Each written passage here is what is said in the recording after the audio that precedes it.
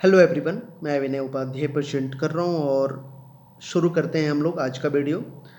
Target अगर आपने बनाया है लक्ष्य यूपीएससी 2023 का अटैम्प्ट देने के लिए, तो एक्सपेक्टेड प्रीलिम्स के एमसीक्यू क्वेश्चंस देखेंगे। और सबसे इंपॉर्टेंट चीज़ की जो क्वेश्चन मैं यहाँ पर डिस्कस करूँगा वो दोनों लैंग्वेज में होगा, हिंदी और इंग्लिश। तो जो दोनों मीडियम के हैं, हिंदी या इंग्लिश मीडियम, उनको हेल्प करेगा और एकदम यूपीएससी फॉर्मेट क्वेश्चंस होगा। एक तरह का आपका जनरल स्टडीज़ का एक मिनी टेस्ट होने वाला है। 15 क्वेश्चंस होंगे इसमें। खुद से कोशिश करिएगा और अपना स्कोर हमें कमेंट सेक्शन में बताइएगा। आखिरी में एक होमवर्क क्वेश्चन भी मैं पूछूंगा। वीडियो का पीडीएफ आपको हमारे टेलीग्राम ग्रुप में मिल जाएगा, उसका लिंक डिस्क्रिप्शन में है। और इस पे ऑलरेडी मैंने एक वीडियो बनाया है, वो काफ़ी लंबा था, जिसमें मैंने बहुत सारे क्वेश्चन डिस्कस किए थे। 1-1.5 घंटे का वीडियो है वो, तो उसको भी देखना। मेरे को उम्मीद है कि आप लोग जो है डेली द हिंदू या फिर इंडियन एक्सप्रेस न्यूज़पेपर पढ़ रहे होंगे, उन्हीं में से क्वेश्चंस लिए गए हैं। हिंट मैं आपको दे दे रहा हूँ। इस वीडियो को देखने से पहले अगर आप जून का अगर आपने पेपर पढ़ा है तो हिंट में आपसे यही है कि सेकंड वीक जून वाला एक बार रिवाइज कर लो, फिर इस क्वेश्चंस को अटेम्प्ट करो, आपका सही होगा। क्वेश्चन आपके सामने है। गन्ने के संदर्भ में निम्नलिखित कथन पे विचार कीजिए। 4 स्टेटमेंट हैं और पूछ रहा है कि उपयुक्त में से कौन सा कथन सही है। With reference to sugarcane, consider the following statements. Which of the statements given above are correct? गन्ने को लेके वीडियो को रोकिए, खुद से कोशिश करिए और कमेंट सेक्शन में बताइए कौन सा सही है। इसके लिए मैं ऑप्शन आपको दे दे रहा हूँ इस क्वेश्चन के लिए कि उपयुक्त में से कौन सा कथन सही है। तो आपके पास ऑप्शन कुछ ऐसा है। आपको ऑप्शन ये रहेगा ए में कि केवल 1, 2, 3 मतलब ये सही है। आप बी ऑप्शन ले लो। बी में आपके लिए है 2, 3, 4, ये 3 स्टेटमेंट। सी में है 3 और 4, और डी में रहेगा आपसे 1, 3, 4। तो ये 4 ऑप्शंस हैं। अब सही हो गया। आप कोशिश करो खुद से, वीडियो को रोक के आराम से करो। तो अब पहला है कि इसे केवल अत्यधिक उपजाऊ जलोढ़ मिट्टी में ही उगाया जा सकता है। It can be grown only on highly fertile alluvial soil. पहला स्टेटमेंट गलत है। गन्ने की बात हो रही है, शुगर केन।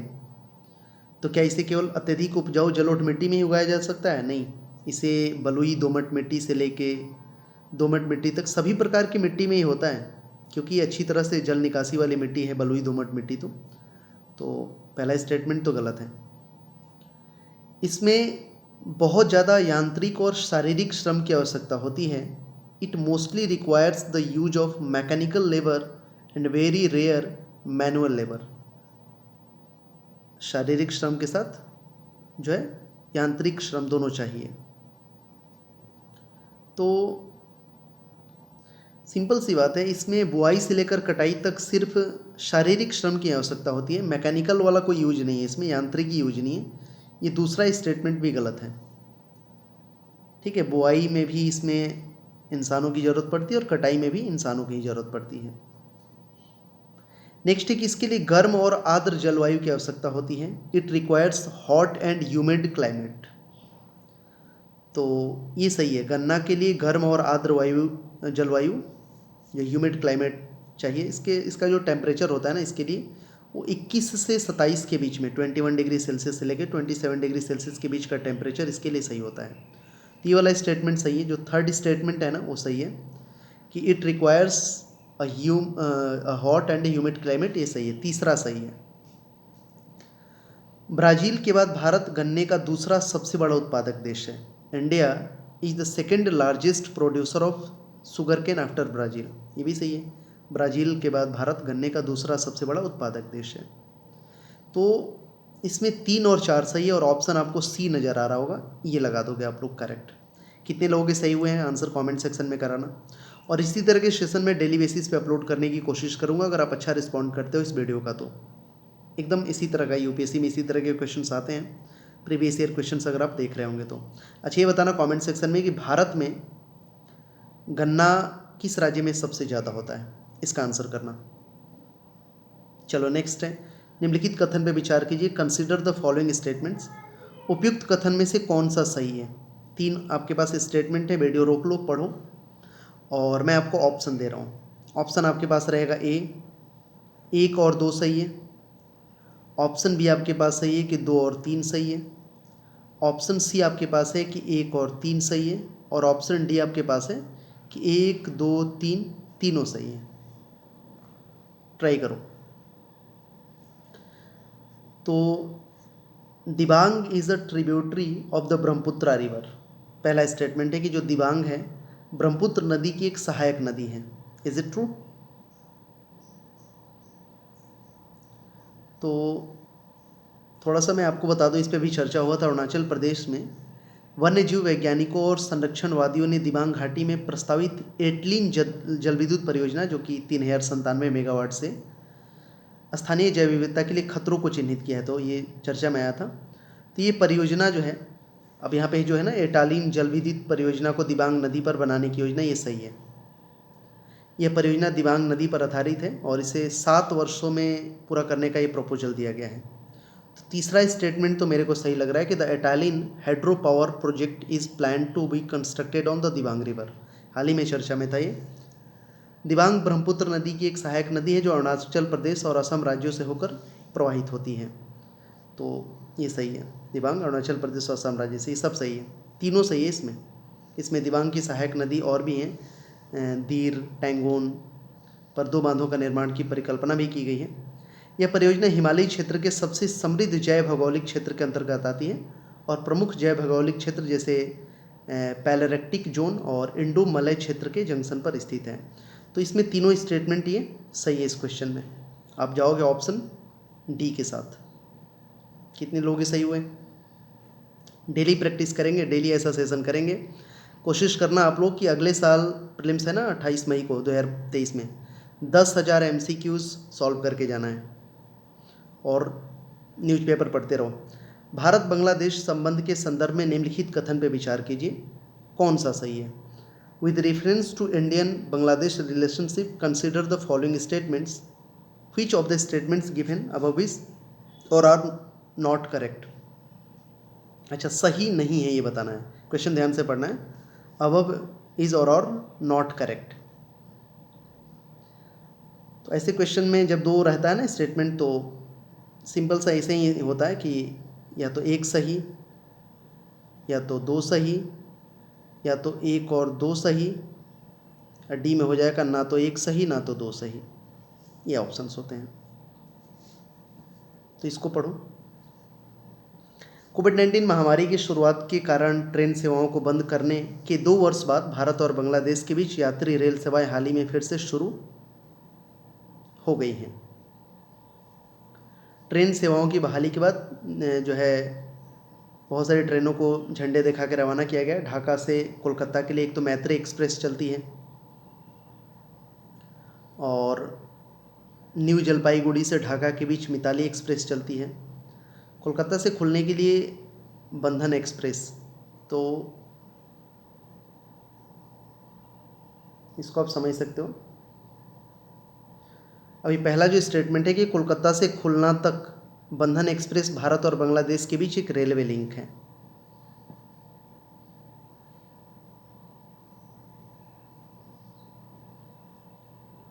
तो ये तो सही स्टेटमेंट है, पहला सही है, ठीक है। Bandhan express from Kolkata to Khulna is a railway link between India and Bangladesh. तो इंडिया और बांग्लादेश के बीच में बंधन एक्सप्रेस चलती है, सही है ये। एक मिताली एक्सप्रेस है और एक मैत्री एक्सप्रेस है, 3 ट्रेन है। कहाँ कहाँ से चलती हैं? कोलकाता से खुलना के लिए बंधन एक्सप्रेस, ढाका से कोलकाता के लिए मैत्री एक्सप्रेस और न्यू जलपाईगुड़ी से ढाका के बीच मिताली एक्सप्रेस। तो पहला स्टेटमेंट तो यहाँ पे सही है। अब है कि इंडिया बांग्लादेश कॉर्पोरेट दोनों देशों की थल सेनाओं के बीच एक रक्षा अभ्यास है, तो ये तो स्टेटमेंट गलत है, क्योंकि इंडिया बांग्लादेश जो है ना, India Bangladesh corporate is a defence exercise between the armies of both Nations. Not, army का नहीं है, नौसेना का है, नेवी का है। India Bangladesh corporate is a defence exercise between the navy of both Nations. तो दूसरा स्टेटमेंट गलत है, ठीक है। बोंगो सागर अभ्यास एक तो संप्रति आपने सुना होगा, संप्रति थल सेना का है, आर्मी का, और इंडिया बांग्लादेश कॉर्बेट ये नौसेना है। टेबल टॉप एक होता है, ये एयरफोर्स का है, भारत बांग्लादेश के बीच। बोंगो सागर अभ्यास भी एक होता है नेवी के बीच, दोनों देशों के बीच। संवेदना तो ये एक बहुराष्ट्रीय मानवीय सहायता और आपदा राहत है, HADR जिसको बोलते हैं। इस अभ्यास में बांग्लादेश, नेपाल, श्रीलंका और संयुक्त अरब अमीरात के साथ ये सब होता है। तो इसमें पूछा था ना कि कौन सा उपयुक्त कथन में से कौन सा सही नहीं है, ये चूज करना है। तो सही नहीं है दूसरा, यानी बी के साथ आप जाओगे। तो ऐसे क्वेश्चंस को सॉल्व करना है थोड़ा सा समय लेके और डिटेल में डिस्कस करके। SFSI यानी कि स्टेट फूड सेफ्टी इंडेक्स, राज्य खाद्य सुरक्षा सूचकांक के संबंध में निम्नलिखित कथन पे विचार करना है आपको। अब इसमें से कौन सा सही है, करेक्ट स्टेटमेंट को आपको फाइंड करना है। 2 स्टेटमेंट वाले में ऑप्शन ऐसे ही रहता है कि पहला सही है, दूसरा सही है, 1 और 2 दोनों सही है, ना तो 1 सही है ना तो 2 सही है। करते हैं इसे। तो खाद्य सुरक्षा के 5 महत्वपूर्ण मापदंडों पर राज्यों के प्रदर्शन को मापने के लिए FSSAI, भारतीय खाद्य सुरक्षा और मानक प्राधिकरण जो है द्वारा सूचकांक विकसित किया गया है। और इसमें बहुत सारी चीज़ें होती हैं मापदंडों में। मानव संसाधन और संस्थागत डेटा, अनुमति, अनुपालन, खाद्य परीक्षण, बुनियादी ढांचा एवं निगरानी, प्रशिक्षण और क्षमता निर्माण तथा उपभोक्ता अधिकारिता शामिल है, ये सब चीज़ें हैं। तो ये जो पहला स्टेटमेंट है ना कि the index is developed by FSSAI, food safety and standard authority of India, ये सही है। सूचकांक FSSAI भारतीय खाद्य सुरक्षा और मानक प्राधिकरण द्वारा विकसित किया गया है, ये सही है। पहला स्टेटमेंट ट्रू है। चौथे संस्करण के राज्य खाद्य सुरक्षा सूचकांक में तमिलनाडु, अभी तो हाल ही में आया था ना, न्यूज़पेपर बार बार बोल रहा हूँ, द हिंदू न्यूज़पेपर डेली का उसका नोट्स बनाओ अगर आप सीरियस एस्पिरेंट्स हो सच में। तो चौथा संस्करण जो है इसके राज्य में, अभी चौथे संस्करण में राज्य खाद्य सुरक्षा सूचकांक में तमिलनाडु सबसे ऊपर है, इसके बाद गुजरात और महाराष्ट्र है। देख लेना, ये इंडेक्स अभी हाल ही में आया था ना, तमिलनाडु सबसे ऊपर है, ये सही है। फिर इसमें नंबर गुजरात का है, तब महाराष्ट्र का है। तो कथन दूसरा भी इसमें, Tamil Nadu topped the state food safety index, यानी कि दोनों स्टेटमेंट इसमें सही है। तो आप सी के साथ जाओगे, 1 और 2 ये दोनों सही है। बताना कितने लोगों के सही हुए। ठीक है। छोटे राज्यों में, अगर इसमें भी बड़े राज्यों में, छोटे राज्यों में गोवा जो है टॉप पे है, उसके बाद मेघालय और मणिपुर है, और केंद्र शासित प्रदेशों में जम्मू कश्मीर ऊपर है, फिर अंडमान निकोबार द्वीप समूह और नई दिल्ली, ये सब रहे हैं। आगे बढ़ते हैं। सूचना प्रौद्योगिकी नियम 2021 के संबंध में निम्नलिखित कथन में से कौन सा सही है, ये सवाल है। Which of the following statement are correct regarding the information technology rules 2021। अब 4 स्टेटमेंट इसमें आपको दे दिए गए हैं, सही बताना है। करेक्ट कोड मैं आपको नीचे दे रहा हूँ। आपके पास ऑप्शन है कि इसमें 1 और 2 सही है, ऑप्शन बी आपके पास है कि 2 और 3 सही है, ऑप्शन सी है कि केवल 1 सही है, और ऑप्शन डी रहेगा कि 1 2 3 4 ये सब सही है। तो इसको करो। सोशल मीडिया के लिए सक्रिय होना जो है अनिवार्य करता है। Mandates social media to exercise greater diligence, ये पहला स्टेटमेंट है कि सूचना प्रौद्योगिकी नियम 2021 यानी कि इंफॉर्मेशन टेक्नोलॉजी रूल्स 2021 ये सोशल मीडिया के लिए सक्रिय होना अनिवार्य करता है। ये पहला स्टेटमेंट सही है, फर्स्ट ट्रू है। एक शिकायत अधिकारी की व्यवस्था करना, तो इस्टेब्लिश अ ग्रीवेंस ऑफिसर, ये भी सही है, दूसरा स्टेटमेंट भी सही है। अभिव्यक्ति को दबाने के लिए सरकार को मध्यस्थ बनाया, made government the arbiter to suppress speech, तो ये भी स्टेटमेंट सही है। सोशल मीडिया पर शिकायतों का समाधान करने की बाध्यता, obligation on social media to resolve complaints, ये सब सही है। सारे स्टेटमेंट 1 2 3 4 सही है। इसको अच्छे से देखना, इसमें एक बड़ा बेहतरीन आर्टिकल आया था अभी हाल ही में, थोड़ा सा मैं संक्षेप में बता दे रहा हूँ। शिकायत अधिकारी की व्यवस्था, उन्हें एक शिकायत निवारण तंत्र स्थापित करने और निर्धारित समय सीमा के भीतर गैर कानूनी एवं अनुपयुक्त सामग्री को हटाने की आवश्यकता होती है, तो इसीलिए दूसरा स्टेटमेंट सही है। इसमें प्लेटफॉर्म के निवारण तंत्र का शिकायत अधिकारी उपयोगकर्ता के शिकायतों को प्राप्त करने और समाधान करने के लिए जिम्मेदार है। उससे अपेक्षा की जाती है कि वह 24 घंटे के भीतर शिकायत की प्राप्ति को स्वीकार करे और 15 दिन के भीतर उचित तरीके से उसका निपटान करे। प्लेटफॉर्म पर किसी अन्य माध्यम से पहुंच स्थापित करने और प्रसार को अक्षम किया जाना चाहिए। इसमें बहुत सारी चीज़ें हैं, इसको देख लेना आप, पढ़ना इस पे जो आया हुआ था ना, सूचना प्रौद्योगिकी नियम। ये अब आपके लिए होमवर्क हो गया, इन्फॉर्मेशन टेक्नोलॉजी रूल्स 2021 पढ़ लेना है, इसमें सारी चीज़ें हैं। ठीक है, चलो नेक्स्ट है जन Samarth portal. Jan Samarth portal is an initiative which of the following ministries. चलो इसमें तो 4 ऑप्शन आपके पास सीधे हैं, आंसर करो। डायरेक्ट क्वेश्चन है, ये हो जाना चाहिए आपसे। जन समर्थ पोर्टल न्यूज़पेपर अगर आप डेली बेसिस पे सच में ईमानदारी से पढ़ाई कर रहे हो, देख रहे हो, तो फिर हो जाएगा। यह पोर्टल वित्त मंत्रालय की एक पहल है, मिनिस्ट्री ऑफ फाइनेंस की, ये इसका सही आंसर होगा, जो सरकार की 1 दर्जन से अधिक क्रेडिट लिंक्ड योजनाओं के लिए वन स्टॉप गेटवे है और लाभार्थियों को सीधे उधारदाताओं से जोड़ती है। यह पोर्टल क्रेडिट लिंक्ड सरकारी योजनाओं के तहत ऋण आवेदन और प्रसंस्करण के लिए एकल मंच के रूप में कार्य करेगा।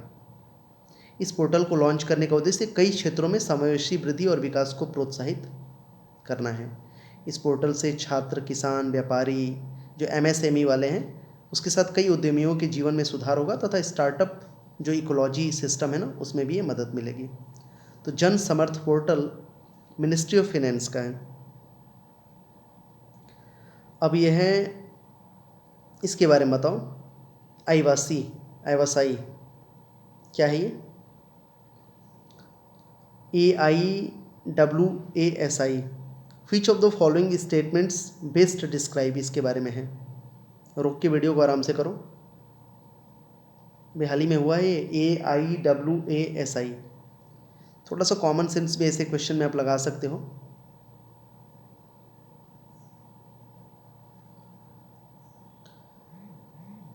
तो इसका सही आंसर आपने कर दिया होगा, आई थिंक इसका ऑप्शन सी होगा। यह ऑस्ट्रेलिया और भारत के बीच एक जल सुरक्षा व्यवस्था है। It is a water security arrangement between Australia and India.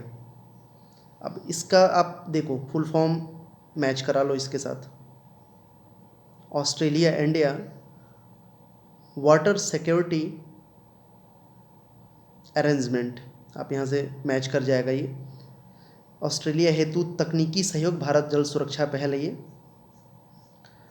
और ऑस्ट्रेलिया के दक्षिण एशिया जल सुरक्षा पहल के तहत एक परियोजना है। इसका उद्देश्य जल संवेदनशील शहर की दिशा में कार्य करना है, जो एकीकृत जल चक्र के समग्र प्रबंधन पर आधारित है। इसमें बहुत सारी चीज़ें हैं, शहरी जल सेवाएं, विश्वसनीय सुरक्षित पानी और स्वच्छता सेवाओं तक पहुंच स्थापित करने के लिए वंचित समुदायों का समर्थन। इस परियोजना के तहत जल संवेदनशील शहरी डिजाइन प्रदर्शन परियोजना शुरू की जाएगी। तो ये ऐसे आ जाएगा क्वेश्चन, तो फिर आपको थोड़ा सा दिमाग लगाना पड़ेगा। अब ये क्वेश्चन आपके पास है कि आर्थिक मामलों की मंत्रिमंडल समिति ने निम्नलिखित में से किस खरीफ फसल के लिए न्यूनतम समर्थन मूल्य की घोषणा की है? The cabinet committee on economic affairs has announced the minimum support price for which of the following kharif crops. Kharif क्या होता है पता है ना? तो पहले तो वही डिसाइड कर लेना खरीफ क्या होता है। अब इसमें ऑप्शन में क्या दे दूँ आपको? चलो इसमें मैं ऑप्शन दे देता हूँ आपको। 7 है तो 1, 2, 3, 5, 7, ये एक ऑप्शन रहेगा आपके पास। और ऑप्शन आपके पास एक देता हूँ मैं बी में 2, 4, 5, 6, एक ये है। सी ऑप्शन में यहाँ पे लिख दे रहा हूँ 1, 3, 4, 5, 6, और डी ऑप्शन में यहाँ पे लिख दे रहा हूँ 1, 2, 3, 6, 7। चलो आपके पास 4 ऑप्शन है, ए, बी, सी, डी। करो आंसर। न्यूज़पेपर पढ़ते हो तो फिर तो आंसर कर दो कि MSP क्या होता है पता है ना? न्यूनतम समर्थन मूल्य, मिनिमम सपोर्ट प्राइस, वह रेट है जिस पर सरकार किसानों से फसल खरीदती है और यह किसानों की उत्पादन लागत से कम 1.5 गुना अधिक होता है। ये नियम है ना? न्यूनतम समर्थन मूल्य किसी भी फसल के लिए वह न्यूनतम मूल्य है जिससे सरकार किसानों के लिए लाभकारी मानती है और इसीलिए इसके माध्यम से किसानों का समर्थन करती है।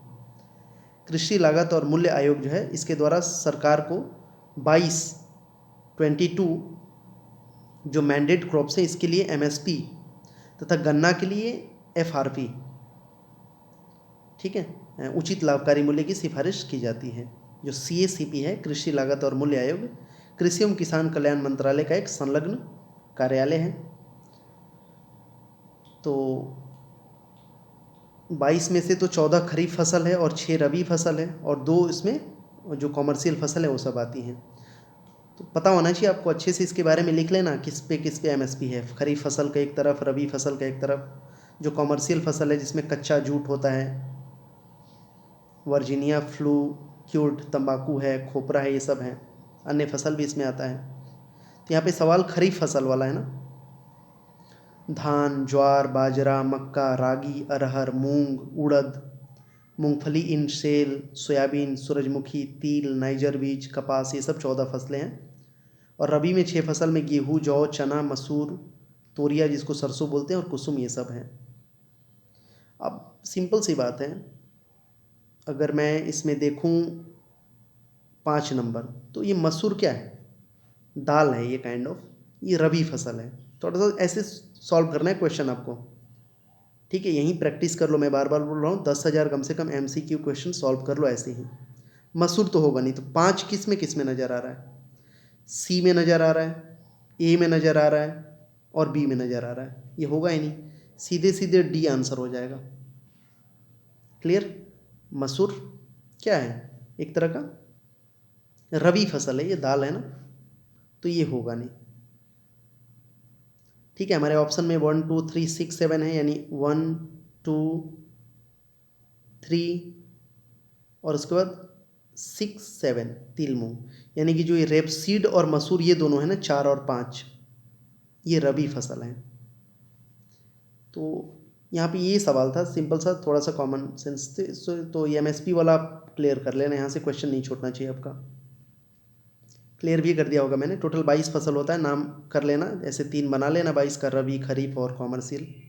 और गन्ना के लिए तो अलग ही नियम कानून है, गन्ना के लिए एफआरपी होता है। चलो अगला है कि निम्नलिखित कथन पर विचार कीजिए, consider the following statements, correct बताना है।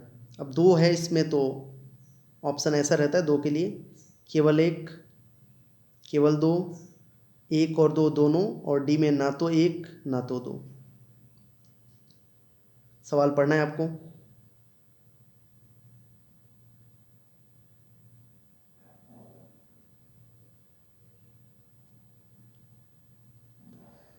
तो बात हो रही है यहाँ पे, a bad bank is a financial entity set up to buy non performing assets from banks. तो हाल ही में वित्त मंत्रालय ने घोषणा की है कि राष्ट्रीय परिसंपत्ति पुनर्निर्माण कंपनी भारतीय ऋण समाधान कंपनी के साथ मिलकर बैंकों के बैड लोन के पहले सेट का समाधान करने का प्रयास करेगी। तो ये जो डेफिनेशन है ना, बैड बैंक एक वित्तीय इकाई है जिसे बैंकों से गैर निष्पादित संपत्ति यानी कि एनपीए खरीदने के लिए स्थापित किया गया है। ये सही है, पहला स्टेटमेंट ट्रू है। Got it? ऋण को गैर निष्पादित के रूप में वर्गीकृत किया जाता है जब ऋण का भुगतान न्यूनतम 90 दिनों की अवधि तक नहीं किया गया हो। डेब्ट is classified as non performing when the loan payments have not been made for minimum period of 90 days. सही है ये भी। नॉन परफॉर्मिंग जो है एसेट्स कब होता है? डिफ़ॉल्ट। एनपीए उन ऋणों या अग्रिमों के वर्गीकरण को संदर्भित करता है जो डिफ़ॉल्ट हो जाते हैं, जिनके मूलधन या ब्याज का अनुसूचित भुगतान बकाया होता है। अधिकतर मामलों में ऋण को गैर निष्पादित के रूप में तब वर्गीकृत किया जाता है जब ऋण का भुगतान न्यूनतम 90 दिनों की अवधि तक न किया गया हो। ये दोनों स्टेटमेंट यहाँ पे ट्रू हैं, तो आप जाओगे ऑप्शन किसके साथ? सी के साथ, कि 1 और 2 दोनों सही है। ऐसे क्वेश्चन आएंगे तो कर लेना। चंद्रमा के एकीकृत भूगर्भिक मानचित्र के संदर्भ में निम्नलिखित कथन पर विचार कीजिए, consider the following statement with reference to unified geologic map of the moon. कौन सा सही नहीं है, ध्यान देना है, नॉट करेक्ट स्टेटमेंट देखना है इसमें। तो वैसे ही है ऑप्शन जैसे मैंने बताया आपको कि ए में रहेगा 1 सही है, बी में 2, सी में 1 और 2, और डी में ना तो 1 ना तो 2। तो संयुक्त राज्य भूवैज्ञानिक सर्वेक्षण ने नासा और चंद्र ग्रह संस्थान के साथ साझेदारी में चंद्रमा का एक नया व्यापक मानचित्र जारी किया है, जिसे चंद्रमा का जो है एकीकृत भूगर्भिक मानचित्र यानी कि unified geologic map of the moon कहा जाता है। तो ये सही है, यह नासा और जापान का एरोस्पेस एक्सप्लोरेशन एजेंसी का संयुक्त उद्यम है। It's a joint venture of the NASA and Japan aerospace exploration agency. सही है, पहला सही है। ठीक है, यह मानचित्र 6 अपोलो युग क्षेत्रीय मानचित्रों से एकत्रित जानकारी की सहायता से बनाया गया है। यह नया मानचित्र भविष्य के मानव मिशनों के लिए चंद्रमा की सतह के भूविज्ञान के निश्चित ब्लूप्रिंट के रूप में कार्य करेगा। तो यह मानचित्र स्टेटमेंट है कि यह मानचित्र भविष्य के मानव मिशनों के लिए चंद्रमा की सतह के भूविज्ञान के लिए जो है कार्य करेगा।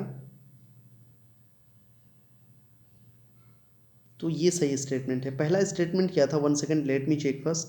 यह नासा और जापान एरोस्पेस एक्सप्लोरेशन एजेंसी का संयुक्त उद्यम है। जी नहीं, ये आई थिंक ये पहला स्टेटमेंट गलत है। नो, सही नहीं है स्टेटमेंट। इसमें बेसिकली क्या है ना कि जो USGS है, मैं यहाँ पे लिख देता हूँ USGS यानी कि जो यूनाइटेड स्टेट का भूवैज्ञानिक सर्वेक्षण है ना, उसने नासा के साथ USGS और प्लस नासा, इन दोनों का ये जॉइंट वेंचर है। पहला गलत है, इसमें जापान का कोई रोल नहीं है, ये गलत है।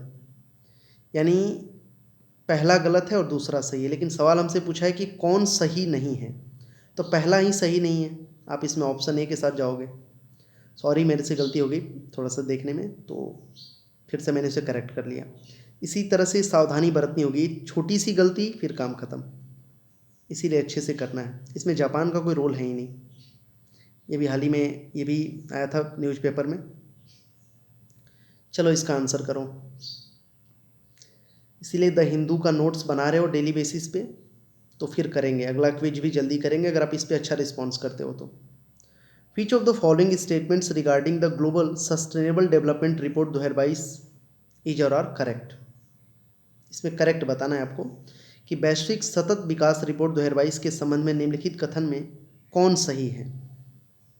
चलो 3 इसके करेक्ट कोड आपको मैं दे देता हूँ। करेक्ट कोड तो नहीं दूंगा, ऑप्शन दूंगा। 1 और 2 सही, बी में 2 और 3 सही, सी में केवल 1 सही और डी में 3 सही। तो पढ़ो इसे। वैश्विक सतत विकास रिपोर्ट, ग्लोबल सस्टेनेबल डेवलपमेंट रिपोर्ट, तो क्या ये वर्ल्ड इकोनॉमिक फोरम जारी करता है? ऐसा है क्या? तो ये गलत है।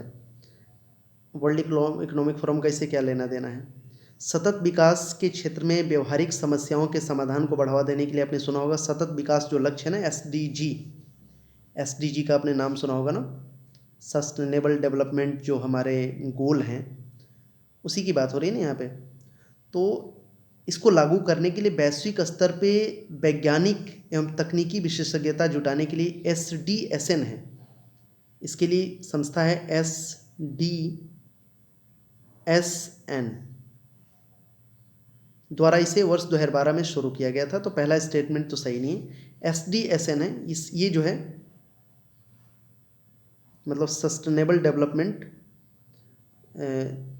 इस तरह का जो संस्था है SDSN, ये जारी करता है वैश्विक सतत विकास रिपोर्ट। तो पहला गलत हो गया। भारत और कंबोडिया 2 ऐसे देश हैं जिन्होंने वर्ष 2015 के बाद से SDG पर सबसे अधिक प्रगति की है। India and Cambodia are the 2 countries that progressed most on the SDGs since 2015। ये भी स्टेटमेंट गलत है। हालांकि भारत ने भूखमरी समाप्त करना जो SDG है, SDG समझते हो ना क्या टारगेट है इसमें? SDG इंडेक्स में फिनलैंड सबसे अच्छा प्रदर्शन करने वाला देश ऐसे ही है, Finland is the best performing country. इसमें तीसरा वाला केवल सही है, ऑप्शन डी के साथ आप जाना, इसको समझ लो क्वेश्चन को। हालांकि भारत में भूखमरी समाप्त करना जो है ना SDG 2, स्वास्थ्य सुनिश्चित करना जो SDG 3 है, और शुद्ध जल एवं स्वच्छता SDG 6 में अच्छा प्रदर्शन किया है। तो SDG जो है सस्टेनेबल डेवलपमेंट गोल, ये कौन कौन से आप हमें कमेंट सेक्शन में बताना। चलो आगे बढ़ते हैं। समुद्र के अंतर्राष्ट्रीय कानून पर संयुक्त राष्ट्र कन्वेंशन के संदर्भ में निम्नलिखित कथन पर विचार कीजिए। With reference to the UN convention on the international law of the sea, यानी UNCLOS पूरा नाम हो जाएगा, UN convention on the international law of the sea consider the following statements. Correct बताना है, करेक्ट स्टेटमेंट इसमें यूज करना है। इसको पढ़ना ध्यान से। मैं ऑप्शन यहाँ पे आपके लिए लिख देता हूँ। ऑप्शन आपके पास ये रहेगा कि दूसरा सही है, ऑप्शन बी में 1 और 2, ऑप्शन सी में 2 और 3, और ऑप्शन डी में आपके पास रहेगा 1 2 3। अब पता करो कौन सा सही है। ये UNCLOS पढ़ा है पेपर में, न्यूज़पेपर में पढ़ा होगा ना, UN convention on the international law of the sea, यानी कि समुद्र के अंतर्राष्ट्रीय कानून पर संयुक्त राष्ट्र का कन्वेंशन।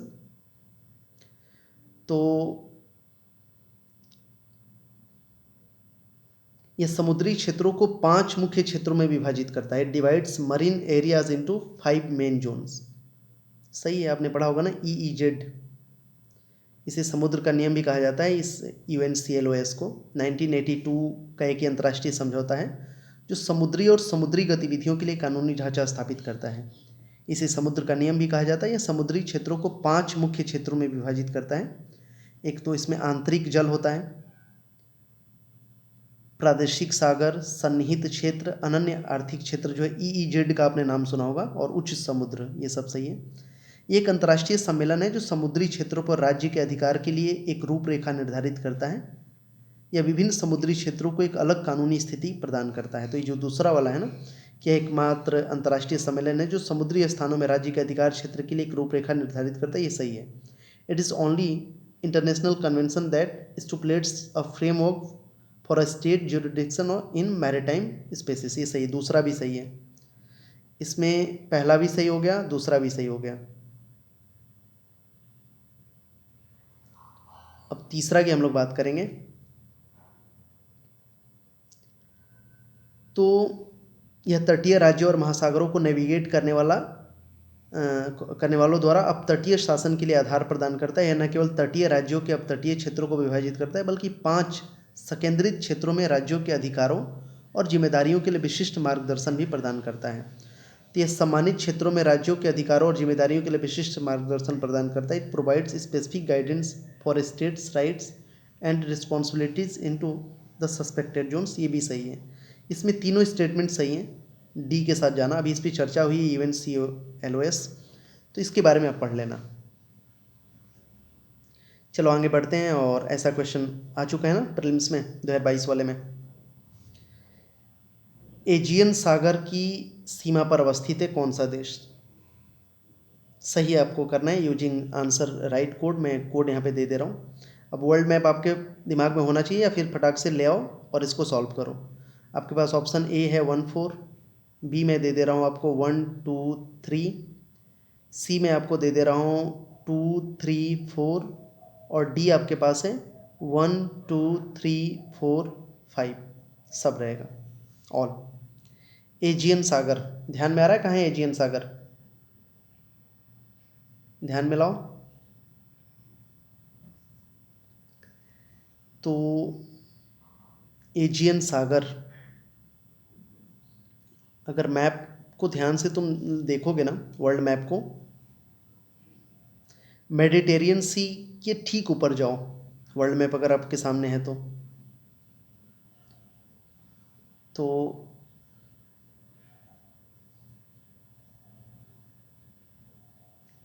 इसमें आपको पता चलेगा कि एक इधर तो इस साइड कुछ ऐसे पड़ जाता है ग्रीस, और आई थिंक इधर पड़ जाएगा टर्की, और इसी के बीच में ये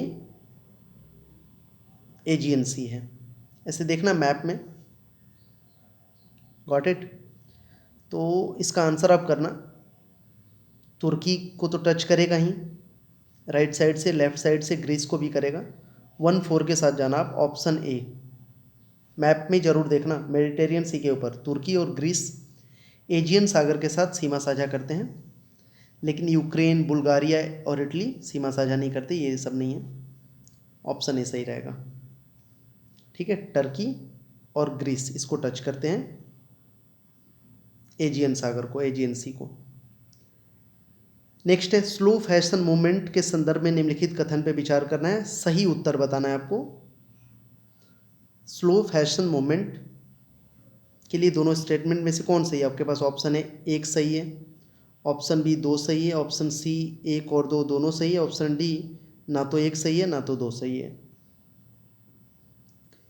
तो slow fashion movement, slow fashion कपड़ों के उत्पादन के लिए एक दृष्टिकोण है जो आपूर्ति श्रृंखला के सभी पहलुओं को ध्यान में रखता है, और ऐसा करने का उद्देश्य लोगों और पर्यावरण एवं जानवरों का सम्मान करना है। यह नई फैशन अवधारणाओं को अपनाने की एक धीमी प्रक्रिया से संबंधित है।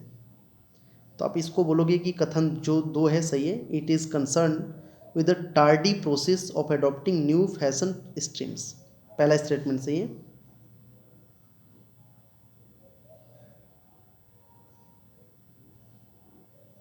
अच्छा, 1 सेकेंड, ये स्टेटमेंट नहीं है, यह कपड़ों के उत्पादन का एक दृष्टिकोण है जो आपूर्ति श्रृंखला के सभी पहलुओं को ध्यान में रखता है।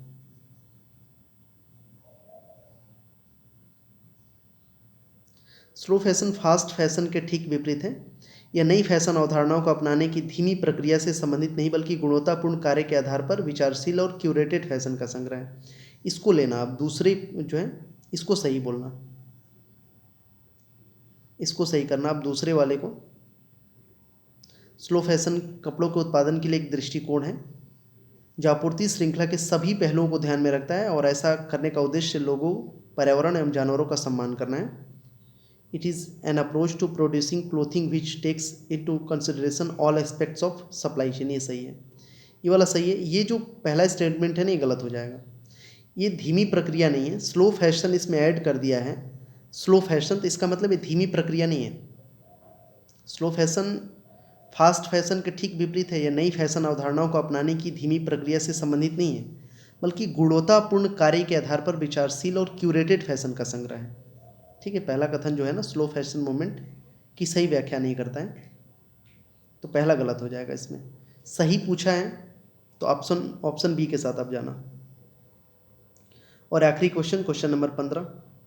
डेली ऐसे ही 15 MCQ मैं करूँगा द हिंदू और इंडियन एक्सप्रेस के न्यूज़पेपर से लेके, जो चीज़ें चर्चा में हैं और जो आपके UPSC पॉइंट्स ऑफ व्यू से होगा।